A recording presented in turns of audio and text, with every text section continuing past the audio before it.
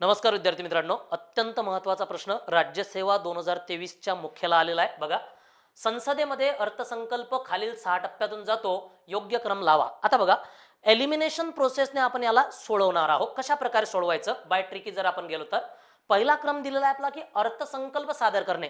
सर्व विद्यार्थ्यांना माहित आहे की आपण 1 फेब्रुवारीला अर्थसंकल्प मांडतो, याचा अर्थ हा पहिला क्रम टप्प्यामध्ये असणार.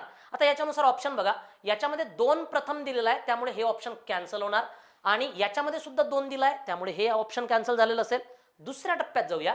दुसरं असते विद्यार्थी मित्रांनो सर्वसाधारण चर्चा, त्यावर केली जाते. आता सर्वसाधारण चर्चा बघा, यामध्ये 3 नंबर 2 वर आलेला आहे, यामध्ये 2 घेतलेला आहे त्यामुळे हा सुद्धा ऑप्शन या ठिकाणी कॅन्सल होणार. ऑटोमॅटिक उत्तर आपल्याला या ठिकाणी सापडते. मग आता उत्तर काय होणार आपलं? सर्वसाधारण चर्चेनंतर विभागीय समित्यांकडून त्याची छाननी केली जाते, त्यानंतर त्यावर अनुदानाच्या मागण्या घेतल्या जातात, सर्व मंत्री त्यावर मागण्या मांडतात आणि अंतिमरित्या त्यावर विनियोजित विधायकाला मंजुरी मिळते आणि शेवटी वित्त विधायकाला मंजुरी घेऊन अर्थसंकल्प पारित होतो. थँक्यू.